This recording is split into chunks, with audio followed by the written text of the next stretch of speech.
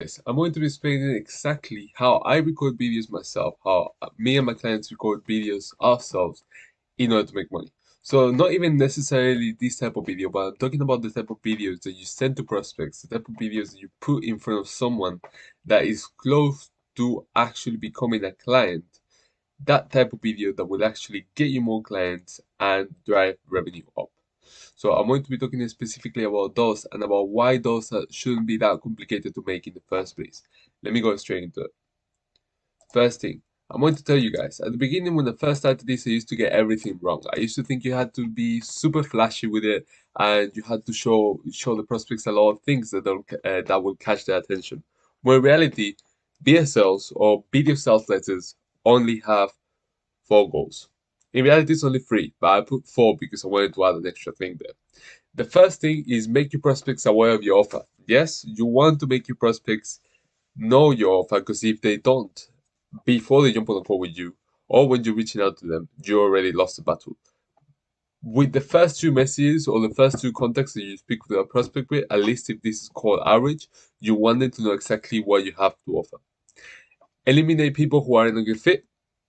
Perfect. You want to eliminate people that aren't a good fit early, so you want to say who your offer is for, so they know who your offer isn't for.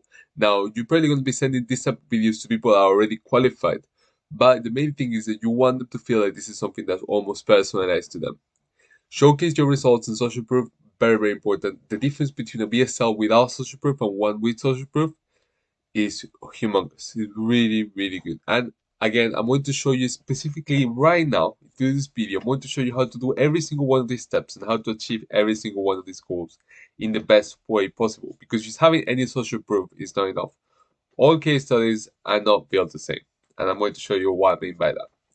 Create enough curiosity and belief in your prospects for them to book a call. Yes, you don't want them to know exactly how you work. You don't want to explain everything that you do. What you want to do is promise an outcome and make them believe that you could deliver on that outcome and that there is really very little risk in talking to you. That's what you want to do. It's because you want to get them on that call and you want to get them excited about getting that outcome. And curiosity plays a big part in that. Steps to building a solid BSF. Alright, these are going to be the steps I follow every single time. By now, I've probably recorded over 20 different BSLs in the last, let's say, the last 40 days. So, it is a very important thing as well that you look at this objectively and decide and follow each one of these steps without skipping anything. The first one, choose the target prospects or services and uh, conducting market research. That's the first thing, the base thing you have to do at the beginning. Then gathering social proof, and lastly, build a strong script using cognitive biases. Now that sounds a bit technical and everything, cognitive biases. I have a whole video explaining it as well, but don't worry about it. I'm going to show to tell you exactly what it means on this video. It's going to be very clear and it's going to be very simple by the end of it. Research phase. Okay, a lot of people complicate this phase. I used to hate it.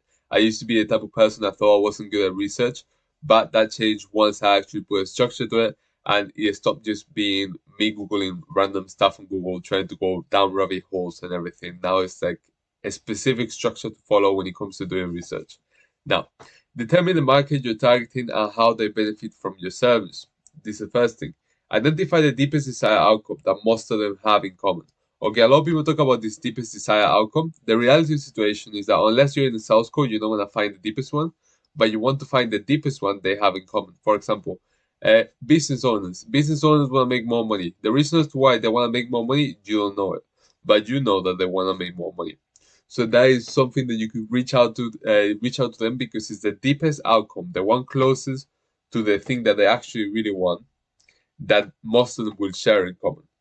Find out if there is anyone in your niche whom your prospects look up to. So this is something that I've done myself as well, my own BSLs, is finding out on your specific niche who your prospects are looking up to. For example, if I was to make a BSL targeted to people that I consider to be in the SMMA space, I might mention things like some of the systems is based on stuff that Charlie Morgan, Alex Mossi, or even Iman Gazzi have applied because I know that people are quite big on the space and respected on the space. I found that these three places, and then I'm going to show you the first three places, right, Well, three plus an extra one that are going to show you exactly that you're going to go to in order to get this information from. Because all of these things you have to find out are nice, but how do you actually find them out? Where do you go to find them out? This is what I'm going to show you right now. The first one. This is, by the way, this is in order of what you should be doing first and what you should be doing last. The first one is asking your clients. Your clients are going to be a lot more honest with you. They're going to be a lot more open to talking to you than, for example, a prospect on a sales call. But again, they're going to be a great resource because you want to find out people that are similar to them so you can close them too and you can get money from them. Now, if you don't have clients at the moment, then the second best thing will be asking prospects on sales calls. The good thing about this is that you can ask about your sales calls. You can just record the sales calls, watch them later, and some of the questions that you will have right here, they will be answered by your prospects right there. If you look at enough of your previous sales calls, you'll probably be able to answer a lot of the questions here. Now, the next one, YouTube. YouTube is an amazing place when it comes to finding out more about your prospects without needing to actually speak with them. Again, I recommend doing the first two first. YouTube is a great place to find out exactly what your prospects are watching, the trending videos related to your niche, so you can see the trending problems they have and the trending solutions they're looking at, and you can compare your service to that solution and show them that it's going to get better results.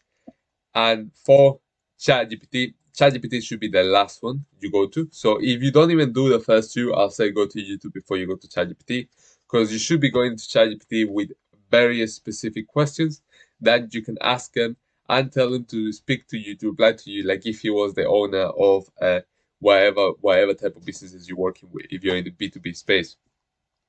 So, for example, I'll give you a quick example. On YouTube, I'll search something like, what's the current, what are some problems that the, let's say, like the freight and forwarding industry is facing at the moment? And then from YouTube, I'll get a lot of little specific questions I'll want to ask, like ChatGPT. I'll say, oh, on this day and age, where will you allocate most of your marketing revenue? Where are you allocating most of your marketing budget? And then ChatGPT will answer me with specific things that he will get based on the current news and everything like that. But I will go to ChatGPT with specific questions, and I will use YouTube to get most of my research out of the way. Now, social proof build up. Another very important one. Well, in terms of social proof, not all social proof is built the same. I'm going to explain to you exactly why. I'm going to show you how to actually choose the best case studies that will get people to get over the fence and pay you. First thing, I have right here a document of a template that you guys can use to make your own short VSLs. Again, this template I use it for my own VSL as well, so it has all case studies of the business. Is the old one. I'm going to be updating it very soon because we're going more case studies from before. But you're probably gonna realize that even within this text here, I'm applying a lot of things I'm talking about right here, like the people in your niche look up to, like for example Charlie Morgan or go all Sam Ovens as well, of course. But let me go straight into the next part then. The main things you need to do are select 2 or more case studies related to your niche and showcase the biggest transformation you achieved for them. So you want to showcase the biggest transformation. You don't just want to showcase followers, you want to showcase leads, or you want to showcase closed deals. That's an example right there. Instead of talking about more impressions, talk about more leads and meetings booked. Instead of talking about more clients, talk about more revenue. Try to use numbers and make them as tangible as possible. Using numbers with your case study will always be the option to do and the better option. The goal of your BSL is not to show how you get them the results, but instead is to showcase your promise and make them believe you can deliver on it. You want to promise them something, and then you want to make them believe you can deliver on that promise. That is the main thing with your BSL. Build a strong script using cognitive biases. Now, cognitive biases, I explained it before, but I'm going to tell you right now why it's in a very small summary. If you want to see more in terms of like in depth of how to use this to build any sort of script, let it be a message script, an email, or even like a BSL script. Like right now, I have another video on that on my channel as well. You can get it. I'll put it in the description, and you can watch it. It's only like 12 minutes, but it should give you a lot to work with. Before we move into the fancy techniques, it's important though that I'm going to show you the exact structure your BSL should have. The first 15 seconds, introduce yourself and let them know about your offer and who it is for. 2 to 5 minutes, run through the case studies. Perfect. 2 to 5 minutes running through the case studies. 1 to 3 minutes, brief explanation of the system. Last 30 seconds, remind them of the offer plus the risk reversal. Call to action to book an appointment. That will be on your last 30 seconds. Very important. Remind them of the offer and also the risk reversal just before you jump on the appointment. You want to make it seem like there is nothing at risk for them, and like is really like the upside is going to be a lot higher than the risk when it comes to talking to you. The key to building a great script is knowing that you're speaking to people, and people have cognitive biases. I'm going to go right into that right now. As I said, I made a whole video explaining it, but to keep it short, cognitive bias are beliefs and behaviors that most people have, which you can leverage to get what you want. It's basically how the way our brains works in terms of see fire, run away, for example. It's these sort of things that we develop through evolution that we, if we are aware of it, we can use for our own advantage as marketers. Here's a list of possible ones you could use, and this would be a Google Sheet that I showed on my previous video that I talked about. In this Google Sheet, I list down all these cognitive biases right here, explaining exactly what they are. For example, FOMO bias. Humans hate missing out on things, especially if all people around them are getting them. Example, the last thing I want is for someone else to scoop this up. That might be a worse fit than you. So humans love like hate being left out. So these type of things is all the explanations here will be right there. And of course, examples of good emails with cognitive biases and everything will be here. So that's something that you could use. Once again, I'll leave the link to this specific thing on the description so you can go there. The links to this whole Google Doc. If you want an example of how you can put this to play, here's the link to my own BSL, which I leverage these and all of the things I mentioned to you. There you go. That would be the own BSL for Alien Acquisition. You can go and check it out right there, and there will also be a link in the description just in case you are an agency looking to book a call. But this would be basically everything from my regards as well, guys.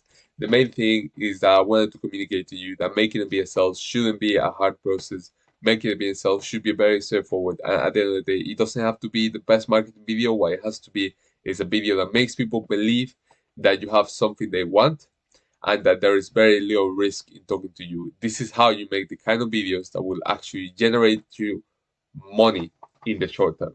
Not just with this type of videos, for example, this YouTube video that will generate money in the long term, but I'm talking about the type of videos that you send today, you get a client signed tomorrow or the day after. Have a good day. And let me know if you like this video, just give it a like.